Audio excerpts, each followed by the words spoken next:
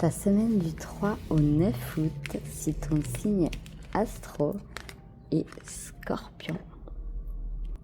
Alors, ton énergie principale là, pour cette semaine, dans quel état d'esprit tu vas te trouver? On a deux cartes.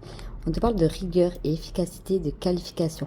Tu vas vraiment être dans une énergie là où tu sens que tu as le contrôle, tu as une situation qui est sous le contrôle, que tu arrives à prendre en main, quoi. Tu sais où tu vas cette semaine. Et reste bien jusqu'à la fin de la vidéo, je te donnerai ta phrase de manifestation pour cette semaine.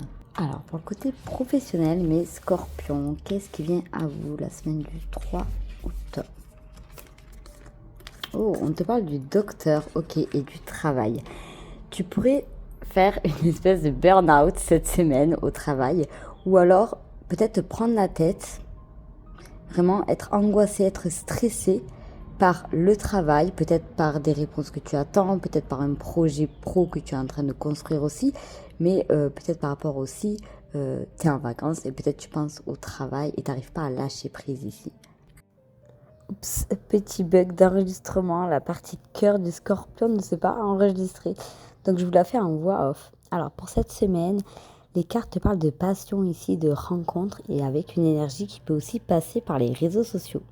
Donc là, si tu es célibataire, il pourrait y avoir une nouvelle connexion possible, très passionnelle, très dans les débuts de la rencontre. Et si tu es en couple, on peut te dire que la passion pourrait reprendre sa place, mais à condition d'oser communiquer pour pouvoir recréer des moments à deux, recréer des moments passionnels à deux.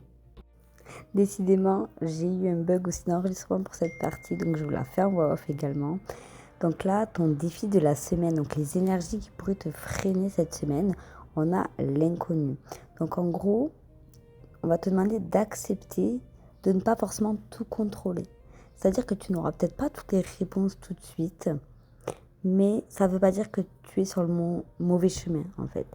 Et l'énergie à nourrir, donc en parallèle, c'est l'union. On va te demander ici plutôt de chercher à créer du lien, de t'entourer des bonnes personnes, aussi accueillir le soutien qu'on peut t'offrir. Et c'est en avançant avec confiance, en restant ouvert aussi aux autres, que les choses pourront évoluer plus facilement.